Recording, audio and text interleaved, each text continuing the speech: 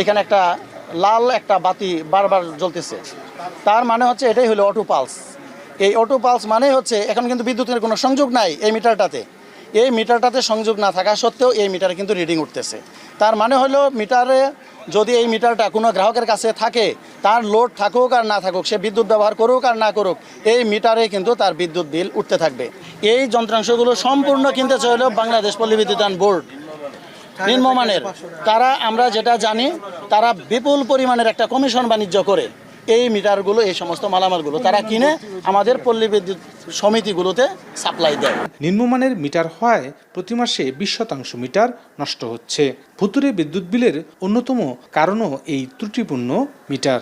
যে ট্রান্সফরমারগুলো আসতেছে অধিকাংশ ট্রান্সফরমারই লাইনে দেওয়ার সাথে সাথে নতুন অবস্থায় নষ্ট হয়ে যায়। সেই ট্রান্সফরমারটা আমরা মেরামত করি, মেরামত করতে গেলেও দেখা যাচ্ছে মালামালের আপনার সমস্যা, হার্ডওয়্যারের মালামাল নিয়ে আসে, যদি আমরা ডিসপ্লে থেকে